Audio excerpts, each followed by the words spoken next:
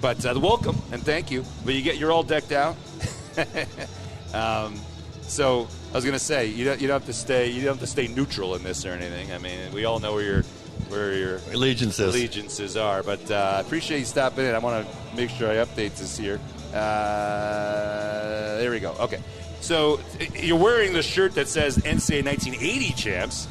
We're focusing as much, in this game on the fact of the 82 champs, because that team played Wisconsin, obviously. But the 80 team, I think I've read stories back in the day that said that, you thought that team was more talented than the 82 team.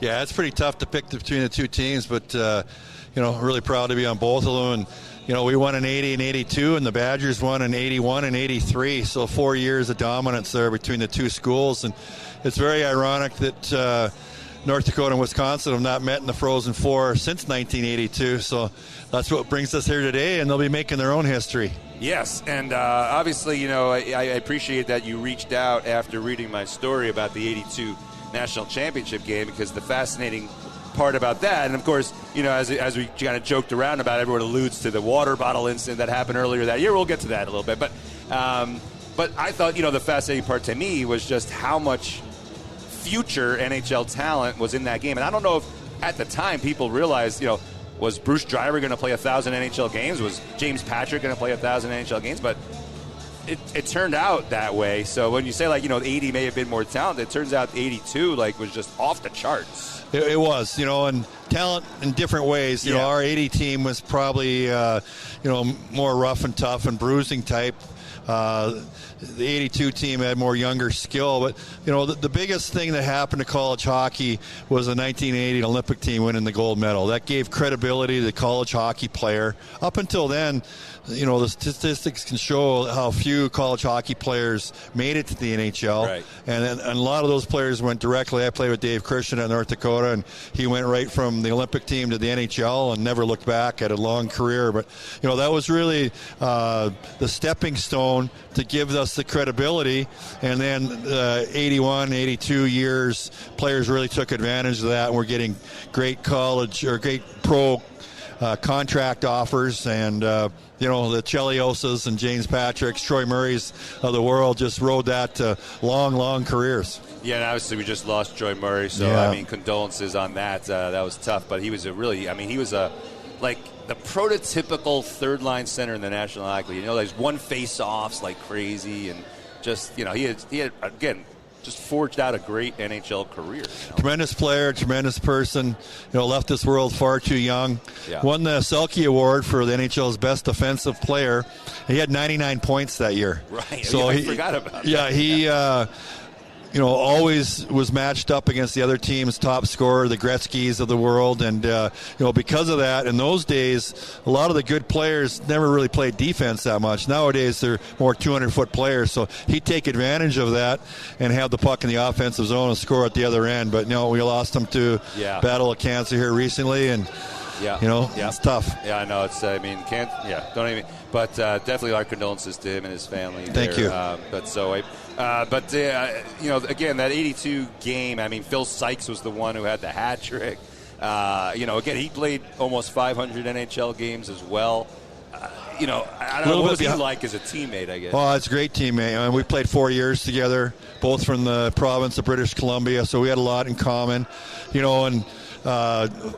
Phil not only had a hat trick in the national championship game, he had hat tricks in both games at the end of the regular season, which allowed us to sweep Wisconsin that weekend and then secure the McNaughton Cup for the WCHA first place, and then also clinch the NCAA playoff berth. Wisconsin had to go through the playoffs, actually beat us in the playoffs, and so the national title game in 82. It was the seventh game in 2.5 months between the two schools. Each school was 3-3, 3 wins, 3 losses, and it was 2-2 entering the third period. That's how close and competitive the teams were. Yeah, and was Chris Chelios, as much of a pain in the neck to play against then as he became in the NHL? He was just a freshman then. Great player, great player. Actually, I heard he was going to go to North Dakota, and then James Patrick committed, and he ended up going to Wisconsin, which James worked Patrick out well. Was on the 84 Olympic team. Chelios, I don't think, made that. He was on the 88. No. I'm trying to remember. Was he on the 84 team too? I'm not sure.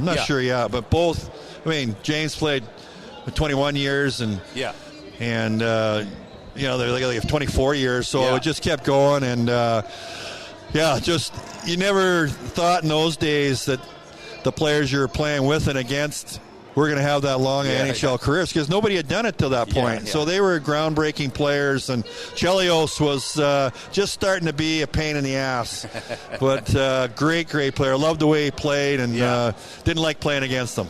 Where are you from again originally? Vancouver, Canada. Right? Yep. So when that 80 was happening, the Olympics, first of all, there weren't any North Dakota players on that team. It was basically all Minnesota. Well, Dave Christian was on it. Dave Christian. I always forget that he played for North Dakota. I don't know why. I don't have that blank, because he played in the NHL for the Minnesota. Yeah. So somehow I get that. Anyway, so my apologies. But you as a Canadian, though, and the other guys in the team, I mean, did it affect you the same way? Because, in a way, like you said, it was cool that all these college players won that gold medal, and that helped college hockey, but you're a Canadian, so I don't know if you had that same feeling. Well, we lived all through it. In '79, I was a freshman, and North Dakota won the WCHA at Minnesota the last weekend of the year, so they had the 8 Olympians plus Herb Brooks, Neil Broughton, and all the players, and we were able to beat them in the final game of the regular season to win, and we also met in the national championship game in Detroit. Gophers got us by a goal there and won the title. So we had some really close ties to the team. Not some very welcoming ties. Quite frankly, I'm a U.S. citizen now and been involved with USA Hockey, but probably the worst I was ever welcomed in the United States was the Gopher fans in '79, because they were all Minnesota kids. So they let us know time and time again that they were a little anti-Canadian, but that ended up changing, which is kind of weird, because Lou Nanne, one of their great alumni, grew up in Canada. So anyways, that's kind of smoothed over. They've kind of lost that adage. But we were pulling for the college guys. We played University of North Dakota played the U.S. Olympic team in '80. We played the Canadian team, and we played the Japanese team. All 3 teams in exhibition. Yeah. So, it was a unique period in hockey. I remember that Japanese team getting smoked in that Olympics. That was rough. But the rivalries were so great, and I know so many people lament the fact that the WCHA doesn't really exist anymore, and all these teams used to be all playing each other and killing each other all the time. I watched some of those old videos, and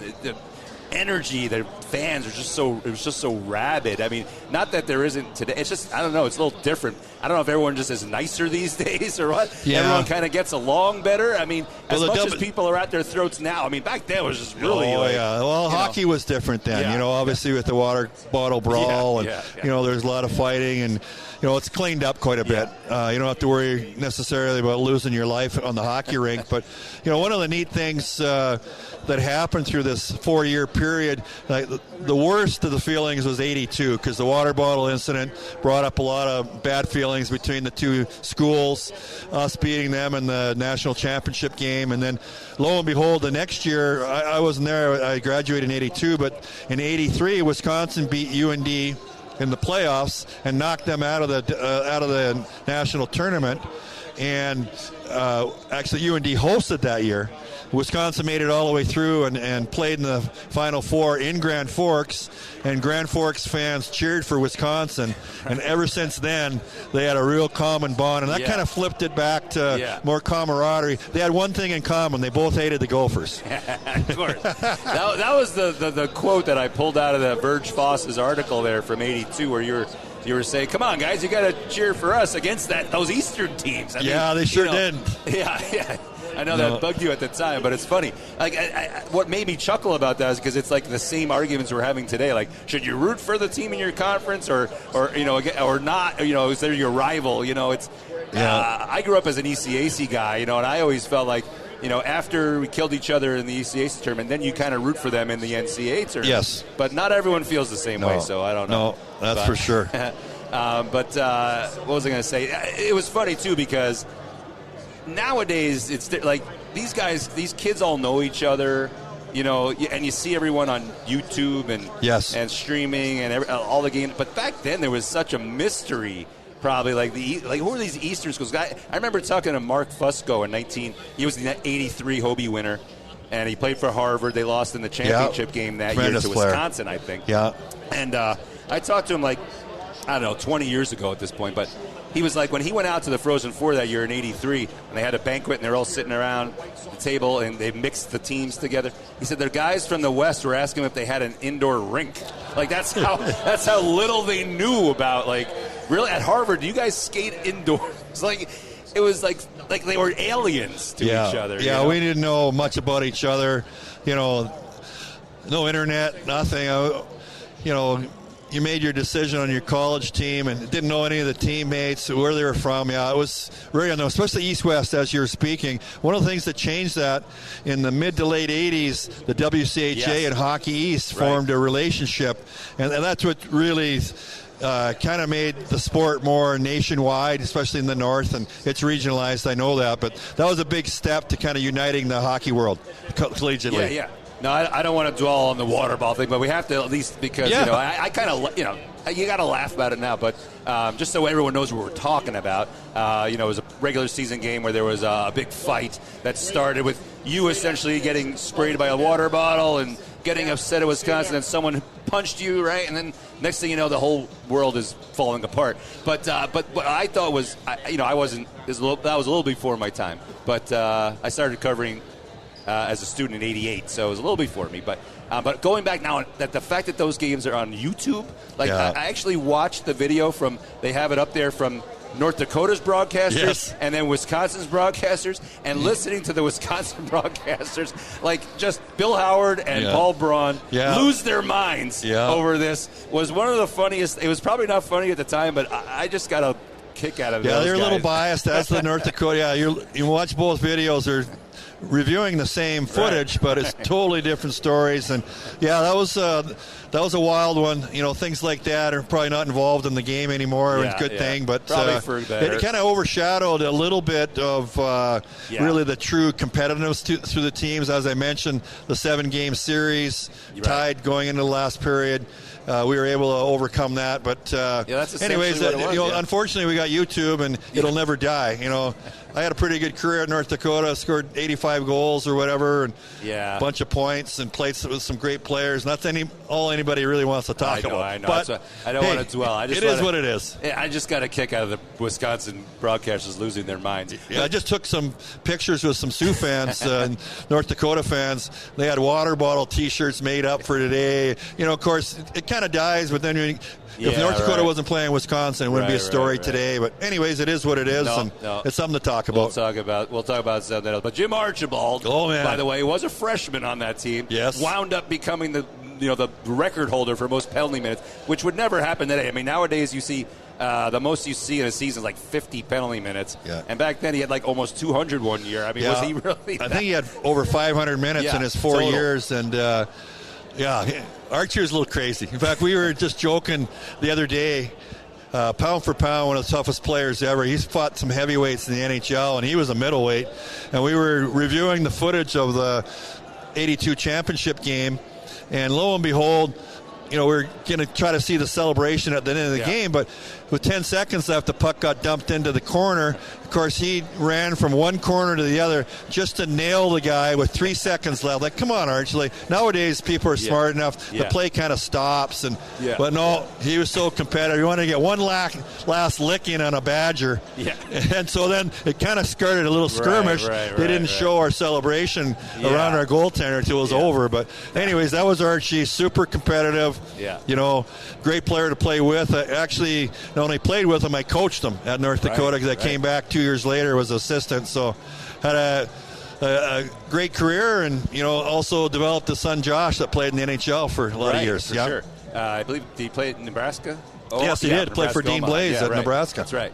But I was going to say I certainly expect a big North Dakota crowd as usual here. North Dakota's played some games here in the last few years already and brought big crowds in. But I was going to say I forget what I was going to say. You went on to obviously a coaching career. And you started, like you said, with Gino Gasparini was the head coach. What was he like to play for and then to work for? Gino was a little general. Still is. We had a couple pops over at the Palms Hotel where the teams are staying with Coach Jackson. Brought him on the team plane. Right. You know, he's like a father to us. So tough guy, but caring. Yeah. You know, and Dean Blaze coached with him as I did, and you know, he was just a little general. You know, when he said jump, you said how high. Yeah. But he had that unique, you know, parallel. You could walk the line as a coach where he was really tough on you. You were scared crapless of him, but also he loved you. Yeah. And cared about your family. And he's Italian. Anybody with Italian roots knows how important family is, and he brought that into North Dakota. He was a former player and was an assistant coach in the 70s when they had a lot of tough years, and he brought back the pride and the tradition, and he's why North Dakota hockey is what it is today. My Cornell, I told you, my ECAC roots. Yeah, you got to show some love. You go back 30 years with this guy. Yeah.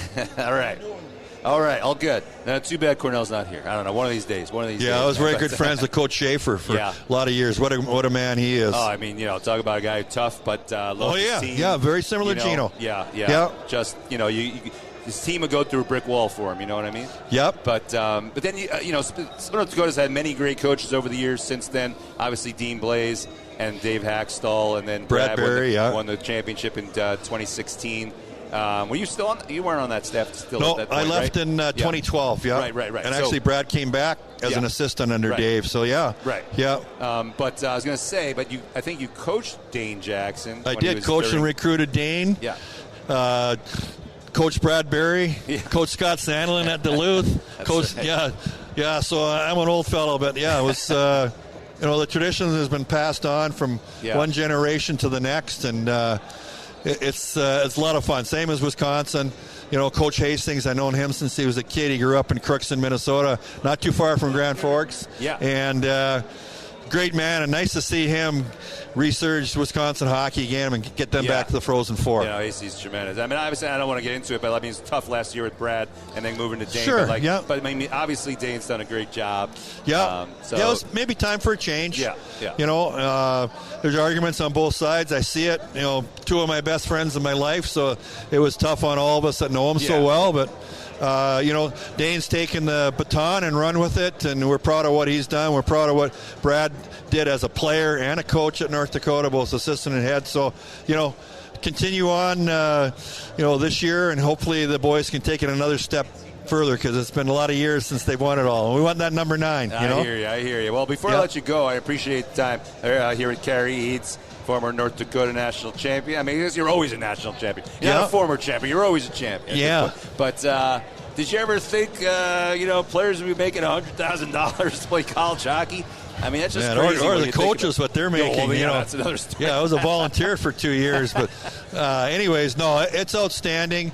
You know, we got some Sioux fans here. Of course. But, just as long as the ticket prices stay reasonable. I mean, they're starting to get up there with pro athletics. You know, I'm a baseball fan, and used to be able to go to a game for pretty reasonable. So that's the only thing. I don't begrudge them making money, you know, the TV money, advertising, getting their share, everything. But just let's keep the ticket prices reasonable, and hopefully they've done some controlling of Ticketmaster and these different agencies that kind of people scalp tickets and bump it up. That's the only thing I care about. But, a lot of my friends made a lot of money, and I've made a pretty good career over it. It's a lot of fun. Long time in the USHL, right, with Fargo.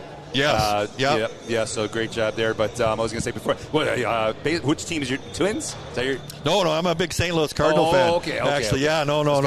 Yeah, well, I don't mind the Twins. Obviously, a lot of friends cheer for them, but no, big St. Louis Cardinal. You and Derek Schooley at Robert Myers. Oh yeah, we talk all the time about it. Yeah, we're two of the biggest. Whenever they do something good, we text each other. We've been to games together over the years. Yeah, good man, Derek. Yeah, well, I appreciate you spending the time with us, and good luck to North Dakota today. Yeah, nice talking with you, Adam, and thanks for all the college hockey news does for the game of hockey, college hockey, and specifically, and everything you guys do. Much appreciated. Really appreciate it. Yeah, we'll talk again sometime. Good luck.